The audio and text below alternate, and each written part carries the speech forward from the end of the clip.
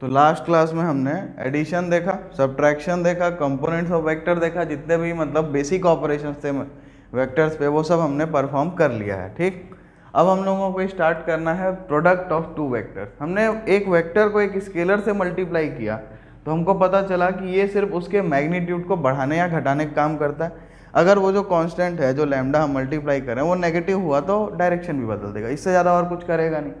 ठीक है, तो हम लोग यहाँ शुरू करेंगे वेक्टर प्रोडक्ट, सॉरी पहले हम लोग स्केलर देखेंगे। तो दो वेक्टर्स को मल्टीप्लाई करते हैं ना तो दो अलग अलग टाइप की क्वांटिटी मिलती है। अगर तुम लोग सोचोगे असल दुनिया की बात करें, थोड़ा सा जो तुम लोग फील करे हो पहले से, तो उसमें हम लोग अगर देखते हैं ना तो जैसे हम लोग दो मैट्रिक्स को मल्टीप्लाई करते हैं तो क्या मिलता है, एक मैट्रिक्स मिलेगा। दो स्केलर नंबर्स को मल्टीप्लाई करते हैं तो क्या मिलेगा, एक स्केलर मिलेगा। लेकिन अगर मैं फंक्शंस की बात करूँ, जो तुम लोगों ने गॉफ और फॉग पढ़ा होगा, पढ़ा है ना चैप्टर 2 में, तो क्या होता था, एक होता था कंपोजिशन ऑफ फंक्शन जिसमें हमको गॉफ मिलता था, और एक होता था जिसमें हम g ऑफ x और f ऑफ x को डायरेक्टली मल्टीप्लाई कर देते थे। So this gof and this two are different, but basically दोनों मल्टीप्लिकेशन ही है। समझ में आई बात? तो यहाँ पे एक ही मल्टीप्लिकेशन के दो अलग अलग पॉसिबल आंसर आ रहे हैं। तो वैसे ही इन जब हम लोग वेक्टर्स को मल्टीप्लाई करते हैं तो दो पॉसिबल सिनेरियो आते हैं। पहला क्या होता है कि अगर मैंने दो वेक्टर मल्टीप्लाई किया तो मुझे एक स्केलर मिल गया, एक कांस्टेंट मिल गया, नंबर। ठीक, तो उसको हम लोग बोलते हैं स्केलर प्रोडक्ट या डॉट प्रोडक्ट। और दूसरा जो केस होता है जिसमें हम दो वेक्टर को मल्टीप्लाई करते हैं तो वेक्टर मिलता है, वो हमारा वेक्टर प्रोडक्ट है। तो अब हम लोग स्टार्ट करेंगे स्केलर प्रोडक्ट। ठीक है, तो इसमें डिफाइन करना है भाई, तो स्केलर प्रोडक्ट कैसे डिफाइन करें। तो देखो, ये मेरे पास अगर ए वेक्टर है और ये मेरे पास अगर बी वेक्टर है, तो इनके बीच का एंगल अगर मैं थीटा मान लूँ, so A vector dot B vector is equal to mod A mod B cos theta होता है। ठीक है, अब तुम लोग ध्यान से देखो, modulus of a is a constant, b is also a constant and cos theta is a number in between -1 to 1। ठीक है ना, तो इसका मतलब क्या है, एक स्केलर वैल्यू मिलेगी। किसी कोई दिक्कत? हाँ, ध्यान रखना कि यहाँ पे हम सिर्फ नॉन जीरो वेक्टर्स की बात करते हैं। For non zero vectors only. अगर जीरो वेक्टर है तो हम बोल देंगे कि a dot b is also zero, तो उसके बारे में ज़्यादा सोचने की ज़रूरत नहीं है। क्या ये बात समझ में आई? ठीक है, अब इसी का यूज़ करके हम लोग एंगल निकाल सकते हैं दो वेक्टर्स के बीच में, है कि नहीं। कॉस थीटा अगर मैं लिखना चाहूँ तो मैं क्या लिख सकता हूँ, A vector dot B vector divided by mod A mod B. ठीक है कि नहीं, कोई दिक्कत? तो ये हमारा बहुत ही सिंपल सा एंगल निकालने का फॉर्मूला हो गया दो वेक्टर के बीच का। किसी को इसमें कोई दिक्कत? ठीक है, अब देखो इसमें और भी हम कई सारी प्रॉपर्टीज़ की बात कर सकते हैं। सबसे पहले तुम सोचो, ये जो कॉस थीटा ये जीरो कब होता है, 90 पे। तो इसका मतलब क्या है कि when theta is equal to 90, so a dot b is equal to zero होता है। इसका क्या मतलब है कि दोनों वेक्टर के बीच का एंगल 90 डिग्री है, मतलब दे आर परपेंडिकुलर। सो अगर मैं बोलूँ कि तुम मुझे बताओ कि ये दोनों वेक्टर परपेंडिकुलर हैं, तो तुम क्या करोगे, उनका डॉट प्रोडक्ट निकालोगे। वो जीरो आ गया तो परपेंडिकुलर है, जीरो नहीं आया तो परपेंडिकुलर नहीं है। पैरेलल की बात यहाँ हम नहीं करेंगे। ठीक है, when theta is zero, theta अगर जीरो होगा तो तुमको क्या मिलेगा, a dot b mod A mod b के इक्वल मिलेगा, तो तुम उसको पैरेलल बोलोगे। बट इसको यहाँ से हम प्रूव नहीं करते। हम लोग क्या करेंगे, इसको पैरेलल के लिए जो केस लेंगे वो हम लेंगे वेक्टर प्रोडक्ट का। ठीक है, क्योंकि स्केलर प्रोडक्ट में जैसे ही स्केलर प्रोडक्ट जीरो मिलता है हम बोल देते हैं परपेंडिकुलर है, और वेक्टर प्रोडक्ट में जब जाएंगे तो वहाँ पता चलेगा कि वेक्टर प्रोडक्ट जब जीरो मिलेगा तो वो पैरेलल है। क्या ये बात समझ में आई? ठीक है, तो ये था बहुत ही बेसिक सा। अब अगर मैं तुमको बोलूँ कि मुझे तुम बताओ ए वेक्टर डॉट ए वेक्टर कितना होगा, तो क्या होगा भाई, मॉड ए कॉस थीटा। थीटा कितना होगा, एक ही वेक्टर का खुद के साथ एंगल जीरो होता है ना, तो कॉस 0 1 होता है ना, तो ये क्या मॉड ए इंटू मॉड ए हो जाएगा। तो मैं इसको क्या लिख सकता हूँ, मॉड ए का स्क्वायर लिख सकता हूँ। तो ये एक प्रॉपर्टी है। क्या इसकी तुम लोगों को समझाने की ज़्यादा ज़रूरत नहीं है? ठीक, अच्छा, अगर थीटा पाई हो, थीटा इज इक्वल टू पाई, तो कॉस पाई -1 होता है। तो वहाँ पे हमको ए डॉट बी जो है वो कितना मिलेगा, माइनस मॉड ए मॉड बी। कोई दिक्कत? तो इस केस में दोनों वेक्टर्स जो है वो अपोजिट होंगे इन डायरेक्शन। कोई दिक्कत? ठीक, अब हम लोग जानते हैं कि हमारे पास जो कंपोनेंट्स होते हैं वो तीन होते हैं। एक होता है आई कैप, एक होता है जे कैप, एक होता है के कैप। ठीक है ना। अगर मैं आई का आई कैप के साथ डॉट करूं तो मुझे क्या मिलेगा, खुद का खुद के साथ, तो आई कैप का मॉड कितना होता है 1 1 1 1 cos 0 1। तो सेम अगर मैं बोलूँ जे कैप के लिए तो क्या मिलेगा 1, और के कैप के लिए बोलूँ तो भी क्या मिलेगा 1, कोई दिक्कत। लेकिन अगर मैं आई डॉट जे करूँ तो क्या होगा भाई 1 इंटू आई, और यहाँ हमने के लिख दिया है, चलो के ही ले लेते हैं। तो के और आई के बीच में एंगल कितना होता है एक्स एक्सिस और जेड एक्सिस में 90 डिग्री, cos 90 0। लो भाई, तो इसका मतलब क्या है, कोई भी दो एक्सिस अगर तुम लोगे तो 0 मिलेगा, और उसी में लोगे तो तुमको वो मिलेगा। क्या है बात समझ में आई? बहुत ही सिंपल सी बात है। अब देखो ये प्रोडक्ट मेरे हिसाब से कम्यूटेटिव भी हो गया। तुम खुद सोचो ना, a dot b, a b cos theta है, और बी डॉट ए जो होगा वो मॉड बी वेक्टर मॉड ए वेक्टर कॉस थीटा होगा। यार इसको उल्टा लिख सकते हो ना, मल्टीप्लिकेशन कम्यूटेटिव होता है तो ये भी तो कम्यूटेटिव होगा। So vector this scalar product is commutative. बताओ कोई किसी में कोई दिक्कत है क्या? ठीक है, अब हम लोग इसकी बात करते हैं कि ये जो है ये डिस्ट्रीब्यूटिव ही होता है। डिस्ट्रीब्यूटिव कैसे है कि मैं अगर a डॉट बी प्लस सी करूँ, मान लो मेरे पास 3 वेक्टर है और मैंने क्या किया, ये परफॉर्म किया a डॉट बी प्लस सी, ठीक। तो अब इसको क्या लिख सकते हैं हम लोग, इसको लिख सकते हैं a dot B plus a dot c. अब इसके प्रूफ में मैं नहीं जाना चाह रहा हूँ क्योंकि ये बहुत सिंपल है। अगर मैं तुमको दो वेक्टर दे दूँ, a जो मान लो दे देता हूँ a1 i cap plus a2 j cap plus a3 k cap, और b वेक्टर दे देता हूँ b1 i cap plus b2 j cap plus b3 k cap, और c वेक्टर मैं तुमको दे देता हूँ c1 i cap plus c2 j cap plus c3 k cap, ठीक है। तो अब तुम पहले a डॉट बी निकाल लेना, फिर a डॉट सी निकाल लेना, और फिर एक काम करना b प्लस सी करना और उसको डॉट कर देना a के साथ, तुमको सेम मिलेगा। बट पहले ये चीज़ समझने से पहले हमको एक चीज़ और जाननी पड़ेगी ना यार, कि ये जो रेक्टेंगुलर कंपोनेंट है इसमें तो डॉट निकालना हम सीखे ही नहीं। तो मैं तुम लोगों को a डॉट बी निकाल के दिखा देता हूँ, तुम लोग खुद समझ जाओगे।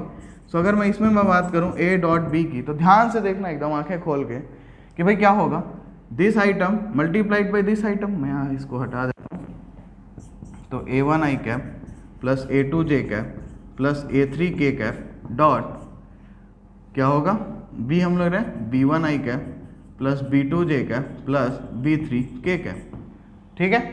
अब क्या होगा, ये इंटू ये इंटू ये इंटू ये।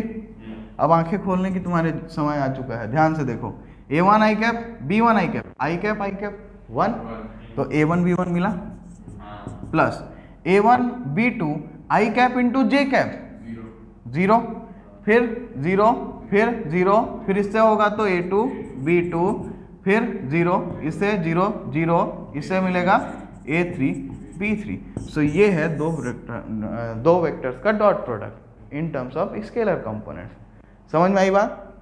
बहुत सिंपल है। ऐसे ही अपन अगर a डॉट सी करेंगे तो क्या लिख देंगे, b1 c1 b2 c2 b3 c3। अब ये दोनों को ऐड कर देना, तो b1 plus c1 b2 plus c2 b3 plus c3 होगा, उसका डॉट इसके साथ कर देना। देखना दोनों ये दोनों बोथ आर इक्वल, ये दोनों यहाँ पे तुमको LHS RHS इक्वल मिलेगा। तो ये तुम्हारा प्रूफ हो गया क्या, किस चीज़ का, कि भाई जो अपना स्केलर प्रोडक्ट है ये डिस्ट्रीब्यूटिव है। बताओ किसी कोई दिक्कत इसमें?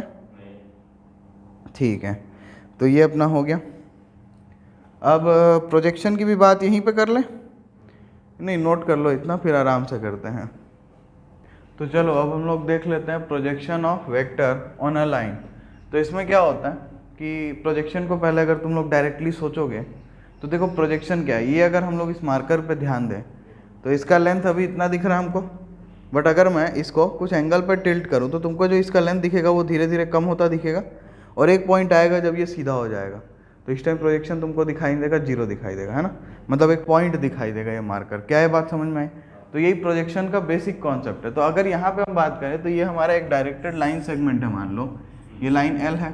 अब इस पे मुझे इस वेक्टर का, ये जो AB वेक्टर है मान लो, जो हमारा A वेक्टर है, A से B पॉइंट जाने वाला, इसका मुझे प्रोजेक्शन निकालना है। तो इसको मैं यहाँ पे जब मैं अपनी आँख रख के देखूँगा यहाँ पे, तो मुझे क्या दिखाई देगा बताओ? मुझे ये पूरा लेंथ AB दिखाई देगा क्या? नहीं, मुझे कुछ कम दिखाई देगा। कितना दिखाई देगा बताओ? ये दिखाई देगा, ये, ठीक। तो अगर मान लेते हैं ये एंगल थीटा था, तो मैं इस लेंथ को निकाल सकता हूँ कैसे, अगर मान लो इसको मैं बोल देता हूँ ये मॉड पी है, ठीक है, तो इसको मैं ध्यान से देखूँ तो मैं क्या लिख सकता हूँ, cos theta is equal to base upon hypotenuse mod p upon hypotenuse a vector है, ठीक है। तो मैं जो मॉड पी वेक्टर है इसको क्या लिख सकता हूँ, मॉड ए कॉस थीटा। बताओ किसी कोई दिक्कत, ठीक है। सो ये हमारा प्रोजेक्शन का मैग्नीट्यूड हो गया कि कितना हमको दिखाई देने वाला है, ठीक। अब अगर इसमें बात करें कि भाई प्रोजेक्शन एक वेक्टर है और इसका जो डायरेक्शन है वो डिपेंड करता है इस थीटा के ऊपर। सिंपल शब्दों में इस थीटा ही डिसाइड करेगा कि हमारा प्रोजेक्शन कितना होगा। अगर यहाँ देखूँ मैं तो ये वेक्टर इस तरफ है, इसका प्रोजेक्शन ऐसा होगा तो वो लाइन के अलोंग होगा इस तरफ, ठीक है। तो ये मेरा पी वेक्टर का डायरेक्शन होगा लाइन के अलोंग। लेकिन अगर यहाँ पे मैं थीटा को अगर बढ़ा देता हूँ, थीटा अगर मेरा ऐसा हो जाए तो अब मुझे जो प्रोजेक्शन मिलेगा वो कितना मिलेगा भाई, थीटा अगर यहाँ पे मेरा 90 से 180 के बीच में है तो कॉस थीटा -1 होता है। उस हिसाब से भी देखोगे या इस हिसाब से भी देखोगे तो मेरा जो पी वेक्टर है वो एल वेक्टर के जो लाइन है उसके अपोजिट आ गया। बताओ कोई दिक्कत। अब इसमें तुम लोग देख सकते हो तीसरा केस जो कि ऐसा हो सकता है कि ये थर्ड क्वाड्रेंट में आ जाए। तो थर्ड क्वाड्रेंट में भी तुमको क्या दिखेगा, ये प्रोजेक्शन वेक्टर जो है वो लाइन के अपोजिट आएगा। बताओ कोई दिक्कत। तो यहाँ पे जो थीटा है अपना 180 से 270 के बीच में, ठीक है। यहाँ पे जो था वो क्या था, यहाँ पे थीटा 0 से 90 के बीच में था, ठीक है ना। और एक लास्ट केस क्या हो सकता है कि ये फोर्थ क्वाड्रेंट में आ जाए। अब इसका प्रोजेक्शन देखो ये, तो ये एल वेक्टर के साथ आ गया प्रोजेक्शन वेक्टर, तो ये कब आया, ये आया 270 से 360 के बीच में, ठीक है। बताओ कोई दिक्कत। तो ये बेसिक था कि प्रोजेक्शन वेक्टर हमको दिखाई कैसा देगा। तो प्रोजेक्शन वेक्टर है क्या, it is a vector having the direction of line के अलोंग हो सकता है या अपोजिट टू लाइन भी हो सकता है। तो अलोंग अपोजिट टू लाइन भी हो सकता है। और इसका जो मैग्नीट्यूड है वो ए बी का जो प्रोजेक्शन हमको दिखाई देगा लेंथ में मैग्नीट्यूड वाइज इसके इक्वल होता है। क्या ये बात समझ में आई, ठीक है।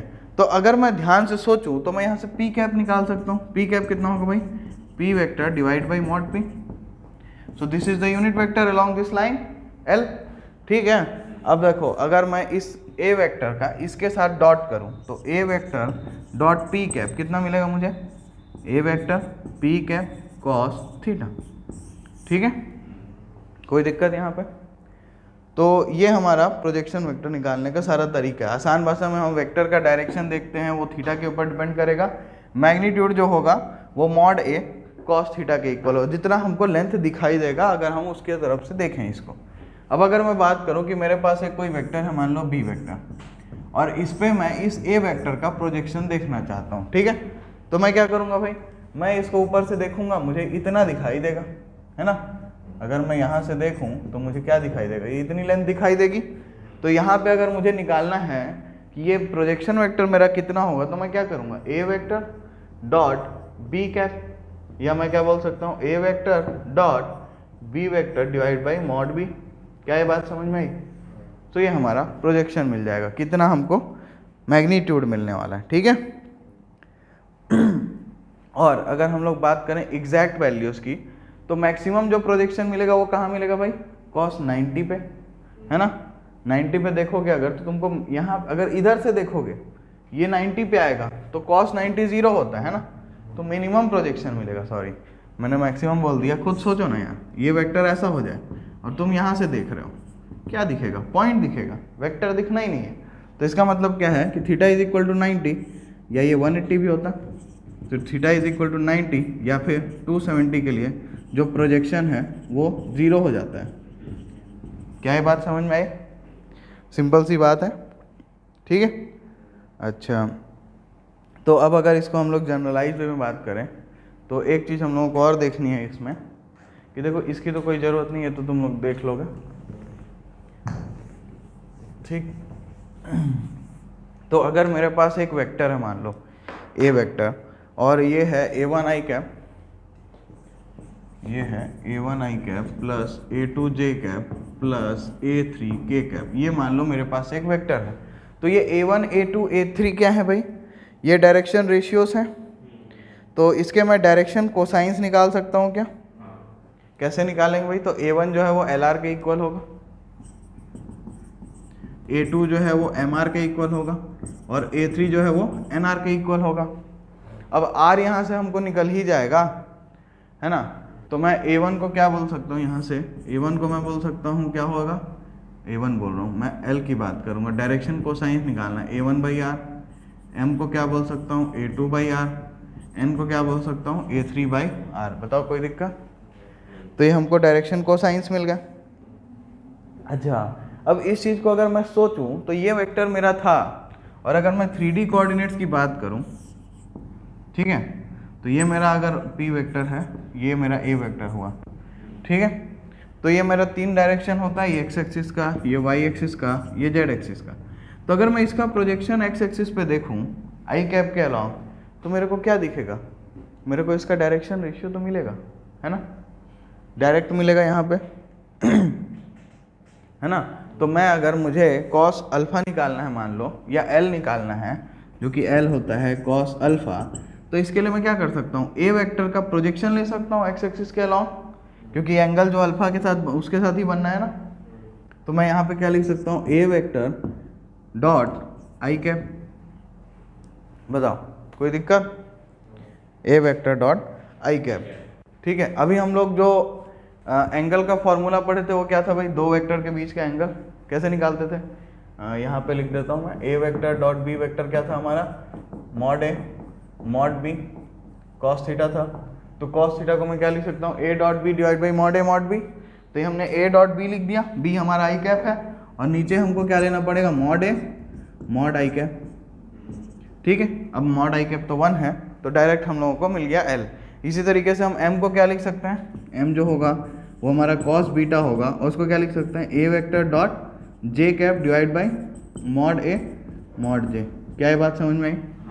इस तरीके से हम लोग एन को भी निकाल सकते हैं, जो कि हमारा कॉस गामा होगा, ए वेक्टर डॉट के cap divide by mod A vector into mod के कैप। बताओ कोई दिक्कत?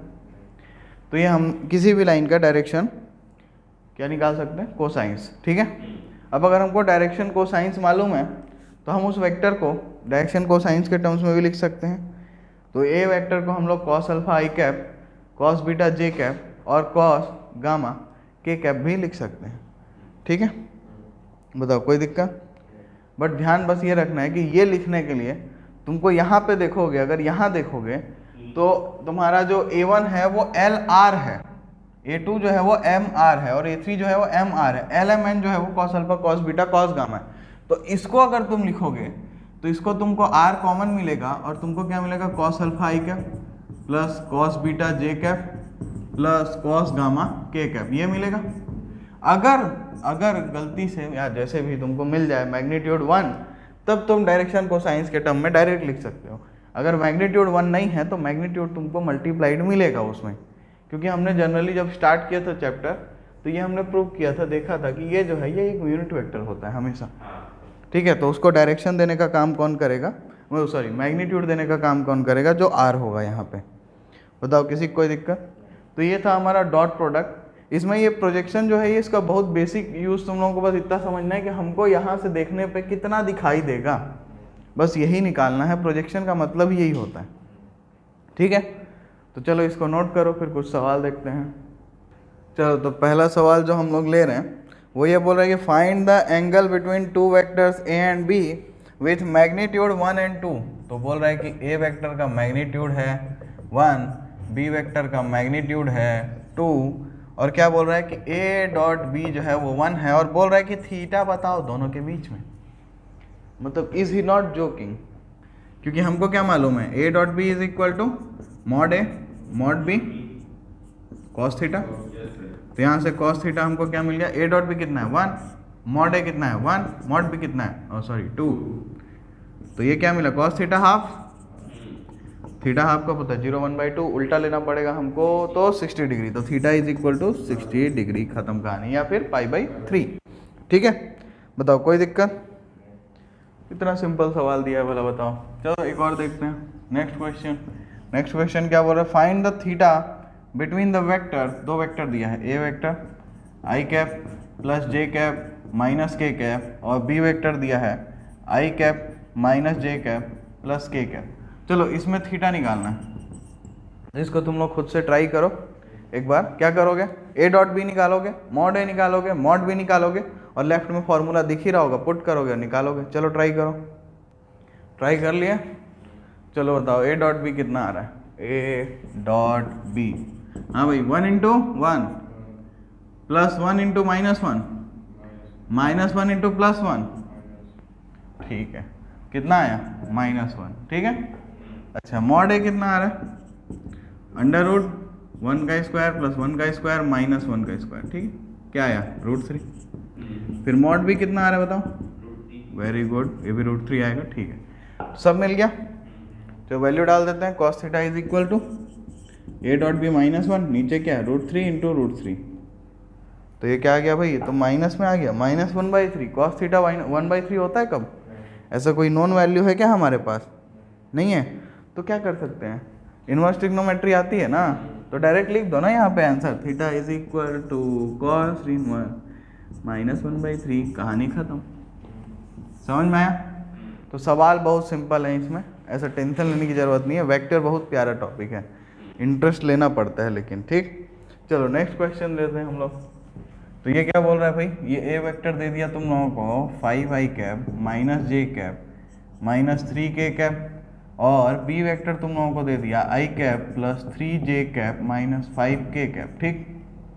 और क्या बोल रहा है, so that the vectors a plus b and a vector minus b vector are perpendicular, ये बोल रहा है शो करना है।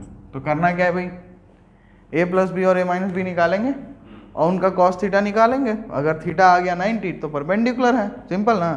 और 90 कब आता है, a डॉट बी 0 होने पे, है ना, कोई दिक्कत। तो पहले a प्लस बी बताओ कितना आएगा, फटाक से बता दो चलो। ठीक ठीक ठीक, आ गया। a vector minus b vector बताओ कितना आएगा, 5 -1, बढ़िया, -1 -3 -3 -5 2k कैप, ठीक है ना, बढ़िया, आ गया दोनों। चलो फिर इनका डॉट निकाल देते हैं। तो a plus B vector dot a minus b vector कितना आ रहा है भाई, 6 चौके 6 4 जा -4 2 जा -8 2 जा 16 और 8 24 24 -24 a डॉट भी 0 आ रहा है, इसका मतलब क्या है, दिस वेक्टर्स आर परपेंडिकुलर, कहानी खत्म। cos थीटा लगाने की भी जरूरत नहीं है क्योंकि डायरेक्टली हमको मालूम है। समझ में आई बात कि नहीं? तो सवाल बड़े प्यारे प्यारे से हैं, है ना। चलो नेक्स्ट क्वेश्चन लेते हैं। तो नेक्स्ट क्वेश्चन क्या है भाई, ये है, ये बोल रहा है find the projection of vector a vector का 2i cap plus 3j cap plus 2k cap का वेक्टर बी पे प्रोजेक्शन निकालो, i cap plus 2j cap plus k cap. तो ये बोल रहे find projection of a on b, क्या निकालना है, प्रोजेक्शन निकालना है, किसका, of a vector on b vector. तो हमने क्या सीखा था, प्रोजेक्शन क्या है, ए वेक्टर डॉट बी कैप, या फिर मैं लिख सकता हूँ A vector dot B vector divide by mod B, है ना। तो A vector dot B vector निकालो भाई, बताओ 2 1 जा 2 प्लस 3 2 जा 6 प्लस 2 1 जा 2, ठीक। और नीचे मॉड भी निकालते हैं, अंडर रूट 1 का स्क्वायर प्लस 2 का स्क्वायर प्लस 1 का स्क्वायर, क्या है 6 2 8 प्लस 2 10 डिवाइड बाई ये 2 का स्क्वायर 4 प्लस 1 5 1 6, तो 10/√6। तो प्रोजेक्शन कितना आ गया, 10/√6। कोई दिक्कत? अब इसको तुम लोग और मैनिपुलेट कर सकते हो, ऊपर नीचे √2 मल्टीप्लाई करके थोड़ा बहुत अगर काटना चाहते हो तो काट लो, नहीं चाहते हो तो छोड़ दो, इतना ही, कोई दिक्कत नहीं। चलो फिर इसको नोट करो, कुछ और सवाल देखते हैं। चलो तो नेक्स्ट क्वेश्चन लेते हैं हम लोग। ये क्या बोल रहा है ये बोल रहा है कि फाइंड मॉड ए वेक्टर माइनस बी वेक्टर, ठीक है। और ये क्या क्या दिया हुआ है, तो ये बोल रहा है कि ए वेक्टर और बी वेक्टर ऐसे हैं कि मॉड ए वेक्टर जो है वो 2 है, मॉड बी वेक्टर जो है वो 3 है, और ए वेक्टर डॉट बी वेक्टर जो है वो 4 है। अच्छा, अब तो तुम्हारे पास कोई ऑप्शन ही नहीं है, कोई हथियार नहीं है तुम्हारे पास। लेकिन देखो दिमाग एक चीज़ लगाना, जब भी मॉड पूछता है ना और वेक्टर्स का डाटा दिया होता है तो हमारे पास एक ही ऑप्शन होता है, वो ये कि हम ये वाली प्रॉपर्टी यूज़ करें, A vector dot A vector is equal to mod A का स्क्वायर। ठीक है, अब यहाँ मेरे को मॉड ए पूछ रहा है, तो मैं मॉड ए जो है उसको कैसे निकालूंगा, under root a vector dot A vector. ठीक है, ये चीज़ दिमाग में डाल लो, बहुत सारे सवाल ऐसे मिलने वाले हैं क्योंकि, तो यही बेसिक ट्रिक होती है जब भी हमको इस टाइप का कुछ भी पूछेगा तो। तब मैं क्या कर सकता हूँ, मैं लिख सकता हूँ मॉड ए माइनस बी का square is equal to A vector minus b vector dot A vector minus b vector. ठीक है ना, तो अब ये डिस्ट्रीब्यूटिव होता है, तो A dot A minus A dot B minus B dot A और plus B vector dot B. तो ये ए डॉट ए क्या होगा, मॉड ए का स्क्वायर माइनस, ये देखो वेक्टर प्रोडक्ट जो कम्यूटेटिव होता है, तो ए डॉट बी है, ये बी डॉट ए है, इसको मैं क्या लिख सकता हूँ, ए डॉट बी, तो ये क्या हो जाएगा minus two a dot b. ठीक है, और ये क्या हो गया plus b dot sorry b dot b लिखना है, उसको लिख देते हैं मॉड बी का स्क्वायर। कोई दिक्कत, पक्का। अब सारे वो डाटा मालूम है क्या, ये मालूम है, ये मालूम है, ये भी मालूम है, तो ये मॉड है कितना, 2 का स्क्वायर माइनस 2 इंटू 3 सॉरी 4 और प्लस बी का स्क्वायर, बी कितना भाई 3, तो 2 का स्क्वायर 4 माइनस 4 2 जा 8 प्लस 3 का स्क्वायर कितना 9, तो ये कितना हो गया 5 हो गया। हम क्या बोले, हाँ बेटा ए डॉट बी 4 दिया है ना, ये बी 3 है, मॉड बी है, क्वेश्चन को ध्यान से देखो। ठीक, तो ये कितना आ गया 5, तो यहाँ से हम इसको क्या लिख सकते हैं, रूट ले लेंगे दोनों साइड, रूट 5 आ गया। सिंपल सा सवाल था, किसी को दिक्कत तो बताओ। ठीक है, चलो फिर नेक्स्ट क्वेश्चन पे चलते हैं। नेक्स्ट क्वेश्चन क्या बोल रहे हैं, देखो ये बोल रहा है if unit vector a vector जो है ये एक यूनिट वेक्टर है, तो इसका डाटा मिलते ही तुम्हारे दिमाग में ये छप जाना चाहिए। ठीक, आगे पढ़ते हैं, आगे क्या बोल रहा है, एंड ध्यान से देखना, x vector minus A vector dot x vector plus A vector is equal to 8। ठीक है, और ये बोल रहा है mod x vector is equal to question mark. ठीक, तो ये तुमको पूछ रहा है, अब हम कर क्या सकते हैं इसमें, तो देखो ऐसा है कि इस आइटम को मल्टीप्लाई कर दो, तो X vector dot x vector plus X vector dot ए वेक्टर माइनस ए वेक्टर डॉट एक्स वेक्टर और minus A vector dot A vector is equal to 8। अच्छा, ये तो स्वाहा हो गए बेचारे दोनों, हटाओ, तो ये मॉड एक्स का square is equal to 8 plus mod A का स्क्वायर, ये उधर जाके मॉड ए का स्क्वायर जो है वो नेगेटिव से पॉजिटिव हो जाएगा, तो 8 प्लस ये मॉड ए कितना है 1, 1 का स्क्वायर 1, तो 8 प्लस 1 9, तो मॉड एक्स वेक्टर जो है ये 9 है, तो मॉड एक्स वेक्टर जो है वो कितना हो जाएगा 3। कोई दिक्कत? अच्छा -3 क्यों नहीं ले रहे हैं?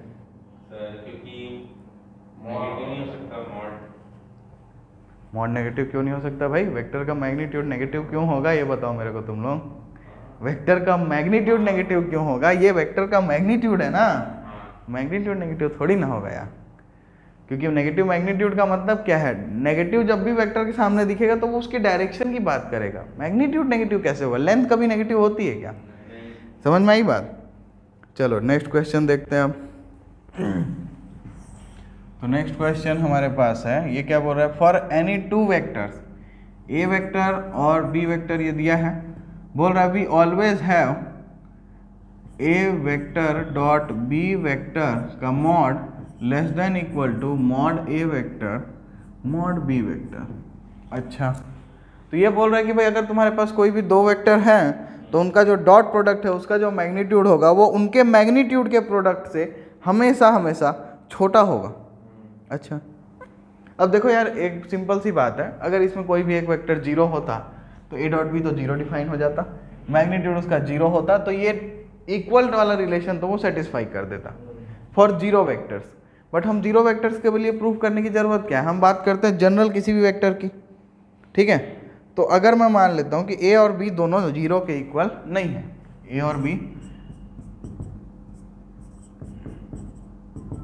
ठीक है, 0 के इक्वल नहीं है। तो अब मैं सिंपल सा पहले बात करता हूँ कि ए वेक्टर डॉट बी वेक्टर क्या होता है। तो मॉड ए मॉड बी कॉस थीटा होता है, हाँ या नहीं बताओ। अच्छा, तो अब हमको यहाँ पे क्या चाहिए, देखो ऐसा है कि ए डॉट बी है और राइट में हमारे पास मॉड ए मॉड बी कॉस थीटा है। तो अगर हम लोग देखें तो इसको हम लोग क्या लिखेंगे, a dot b upon mod A mod b is equal to cos theta. ठीक है, पक्का। अच्छा, कॉस थीटा की वैल्यू कैसी होती है, is always less than equal to 1। Cos theta is always less than equal to 1, ये तुम लोग जानते हो from trigonometry. Cos theta is always less than equal to 1। तो मैं कॉस थीटा की जगह अगर मैं इसको ऐसा सब्स्टिट्यूट कर दूं तो कोई दिक्कत है क्या तुम लोगों को, बताओ। ठीक है ना। तो यहाँ से क्या मिल गया, A vector dot B vector is less than equal to mod A mod B. ठीक है, कोई दिक्कत बताओ। अच्छा तो ये ठीक है भाई। अच्छा, इसमें मॉड्यूलस अगर हम ले भी लें तो क्या ही फर्क पड़ता है। यहाँ पे एक्चुअली इसको हम लोग मॉड ही तो निकालते हैं ना, ए वेक्टर डॉट बी वेक्टर जो है वो हमको मॉड्यूलस ही तो देता है, क्योंकि वो एक लेंथ है, लेंथ इज ऑलवेज पॉजिटिव। तो इसलिए मैं यहाँ पे मॉड लगा सकता हूँ, यहाँ भी लगा सकता हूँ, यहाँ भी लगा सकता हूँ। तो ये हमने प्रूव कर लिया ट्रिवली, हमेशा always a vector dot B vector का जो मैग्नीट्यूड होगा वो हमेशा उनके मैग्नीट्यूड के प्रोडक्ट से स्मॉलर होगा। इसका एक स्पेशल नाम है कॉची स्क्वायर्ट्ज इनइक्वालिटी। कॉची स्क्वायर्ट्ज इनइक्वालिटी, ये इसका नाम है, बट इस पे जाने की ज़रूरत नहीं है, सवाल तुमको इस नाम से थोड़ी ना पूछेगा। चलो नोट करो, फिर कुछ और देखते हैं। चलो तो नेक्स्ट क्वेश्चन देखते हैं हम लोग। ये बोल रहा है भाई कि फॉर एनी टू वेक्टर्स, ध्यान से देखना ये बहुत इंपॉर्टेंट क्वेश्चन है। For any two vectors A vector and B vector, ये दो वेक्टर दिया हुआ है, we always have A vector plus B vector का जो मैग्नीट्यूड होगा less than equal to A vector plus B vector. ठीक है, और इसको बोलते हैं ट्रायंगल इनइक्वालिटी। ट्रायंगल इनइक्वालिटी, क्योंकि whenever this inequality holds less than, मतलब this value is less than this, तो हमारा ट्रायंगल होता है। और अगर ये इक्वल हो गया तो स्ट्रेट लाइन मिल जाता है हमको, मतलब कोलिनियर वेक्टर्स मिलते हैं। फिर समझ में आई बात। तो इसको हम लोग पहले प्रूव करेंगे। तो अब देखो यार, ए वेक्टर प्लस बी वेक्टर के मैग्नीट्यूड की बात कर रहे हैं। अब हमारे पास ऐसा तो कोई तरीका है नहीं, एक ही शॉर्टकट है ये कि भाई A vector plus B vector के मैग्नीट्यूड का जो स्क्वायर होगा वो इक्वल होगा A vector plus B vector dot A vector plus B vector के। बताओ कोई दिक्कत। अच्छा, तो इधर मल्टीप्लाई कर दो, A vector dot A vector plus A vector dot B vector plus B vector dot A vector plus B vector dot B vector. तो ये क्या हो गया भाई, मॉड ए का square plus 2 A dot B plus mod B का square. कोई दिक्कत। अच्छा, ये ए डॉट बी जो है it is always smaller than mod A mod B. ये अभी थोड़ी देर पहले अपन पिछले ही सवाल में देखे हैं ना। तो मैं अगर उस हिसाब से देखूँ तो मैं इसकी जगह पे अगर ध्यान से देखना मॉड ए मॉड बी यूज करूँ तो ये जो पहले जो ये वैल्यू थी, अब मैंने जैसे ये सब्स्टिट्यूट किया तो this is smaller than this. तो इसका मतलब क्या, अब ये इक्वल नहीं होगा, अब जो आइटम होगा वो लेस देन इक्वल हो जाएगा। समझ रहे हो कि नहीं बात को। भाई ये इक्वल था ठीक है, बट मैंने उससे एक छोटी वैल्यू उसकी जगह रख दी, तो ऑलवेज छोटी हो गई ना ये वैल्यू, ये वाली वैल्यू। समझ में आ रहा है कि नहीं। अच्छा, तो ठीक है आगे बढ़ते हैं। तो अब आगे क्या है भाई, तो अब ये हमारे पास आ गया। तो ये हमारा इधर इसको क्या लिख सकते हैं, ध्यान से देखो। तो ये A square plus B square plus 2 A भी तो है। तो मैं इसको क्या लिख सकता हूँ, मॉड ए वेक्टर का स्क्वायर, नहीं सॉरी, मॉड ए vector plus mod B vector का होल स्क्वायर। और इधर क्या है, ए वेक्टर प्लस बी वेक्टर के मॉड का स्क्वायर। रूट ले लो दोनों साइड। तो A vector plus B vector is less than equal to का मॉड जो है less than equal to A vector plus B vector का मॉड। कोई दिक्कत। तो यही थी इनइक्वालिटी और ये प्रूव हो गई बड़े ही सिंपल तरीके से। समझ में आई बात कि नहीं। सो अगर मैं ट्राइंगल की बात करूं, फॉर ट्राइंगल, सो जो ये A vector plus B vector होता है ये हमेशा लेस देन होता है मॉड ए vector plus mod B vector के, ठीक है, कोई दिक्कत। तो इसको अगर मैं प्लॉट करूं, मतलब ड्रॉ करूं, तो देखो ऐसा है कि ये हमारा ए वेक्टर है, ये ए है, ये बी है, ये सी है। तो ये अगर ए वेक्टर है, ये बी वेक्टर है, और ये A vector plus B vector है। तो तुम लोग खुद ही सोच सकते हो कि इसका जो मैग्नीट्यूड आएगा वो इन दोनों के सम से कम आएगा, ठीक है। अगर इन दोनों के सम से बड़ा आ जाएगा तो ये ट्रायंगल कभी बन नहीं पाएगा। समझ में आई बात, ठीक है। वो सम ऑफ तीसरा साइड है वो पहले दो साइड के सम के स्मॉलर होना चाहिए ना। ये ट्रायंगल का बचपन में कभी 9th 10th छोटी क्लास में कहीं पढ़ाया गया होगा, तो ये वही है। अब अगर मैं बात करूं कि this a vector plus B vector is equal to mod A vector plus mod B vector, तब क्या होगा, तो ये एक ही केस में पॉसिबल है जब ये ऐसे होते, समझ रहे हो, ध्यान से देख लो। तो ये ए से सी वेक्टर जो ये मैंने बना दिया गलती से, ये ए से सी वेक्टर जो होगा वो A B plus B C के इक्वल होगा, तभी ये पॉसिबल है। ये अपना ए वेक्टर है और ये बी वेक्टर है। तो ध्यान रखना ये काफ़ी इंपॉर्टेंट रिलेशन है, इस पर कई बार अपने को सवाल बनाने को मिलेंगे। चलो नोट करो इसको। चलो तो नेक्स्ट क्वेश्चन लेते हैं। अभी जो हमने ट्राइंगल इनइक्वालिटी ली ना, जिसको हमने समझा, उसी पे सवाल है। और ये सवाल ऐसा है कि भाई ए पॉइंट दिया हुआ है -2i cap plus 3j cap plus 5k cap. B point जो है वो दिया हुआ है तुम्हारे पास i cap plus 2j cap plus 3k cap. और सी पॉइंट दिया हुआ है 7i cap minus k cap. और ये बोल रहा है कि prove that A B C are collinear. तो हमको प्रूव क्या करना है, तुम लोग समझ चुके होगे कि हमको प्रूव करना है कि जो इनइक्वालिटी थी वो होल्ड करती है, मतलब दो का सम जो है वो तीसरे के इक्वल आ जाए। तो हम क्या करेंगे, हम पहले ए बी निकाल लेते हैं, चलो, फिर बी सी निकाल लो और ए सी निकाल लो, ठीक है। ए बी बी सी ए सी निकाल लोगे तो दो का सम अगर मिल जाता है कि इक्वल, तो तुम्हारा काम हो जाएगा, ठीक है। तो पहले ए बी बताओ कितना होगा, बी वेक्टर माइनस ए वेक्टर 1 माइनस -2 कितना होगा 3i cap, 2 minus 3 minus j cap, 3 minus 5 minus 2k cap. अब बी सी निकालते हैं तो c माइनस बी 7 माइनस 1 कितना 6i कैप। देखो j कैप में कुछ नहीं है but 0j cap minus 2j cap, तो माइनस 2j कैप हो गया। -1 माइनस 3 कितना -4k कैप, ठीक। अब ए सी निकालते हैं, c माइनस ए 7i cap minus 2i cap कितना 9i cap. 0 minus 3 minus 3j cap minus k cap minus 5 minus 6k cap. तो हमने ए बी बी सी और ए सी निकाल लिया, कोई दिक्कत। अब इसका मैग्नीट्यूड निकाल लेते हैं, चलो। तो बताओ भाई मैग्नीट्यूड मॉड ए बी कितना आएगा, तो √3 का स्क्वायर प्लस -1 का स्क्वायर प्लस -2 का स्क्वायर कितना आएगा बताओ, 9 प्लस 1 प्लस 4 10 14, ठीक है। मॉड बी सी निकालो कितना आएगा, √6 का स्क्वायर प्लस -2 का स्क्वायर प्लस -4 का स्क्वायर कितना आ रहा है बताओ। तो 6 का स्क्वायर 36, ये 4 और ये 4 4 जा 16, तो कितना आ गया 16 और 4 20 33 56, ठीक है कि नहीं बताओ, कोई दिक्कत। अच्छा, और तीसरा निकालते हैं बी सी के बाद मॉड ए सी निकालो कितना आ रहा है, √9 का स्क्वायर प्लस -3 का स्क्वायर प्लस -6 का स्क्वायर कितना आ रहा है बताओ। 9 का स्क्वायर 81, 3 का स्क्वायर 9, 6 का स्क्वायर 36, तो 81 और 9 90, 9 3 12 √126। अच्छा, कुछ तो समझ में आ रहा है क्या, 14 और ये 56 में कुछ रिलेशन है क्या, 14 4 जा 56 ना, 14 4 जा 14 4 जा 56, तो इसको मैं लिख सकता हूँ क्या 2√14। जो 4 × 14 लिखना है, 4 को बाहर करके 2 कर दिए।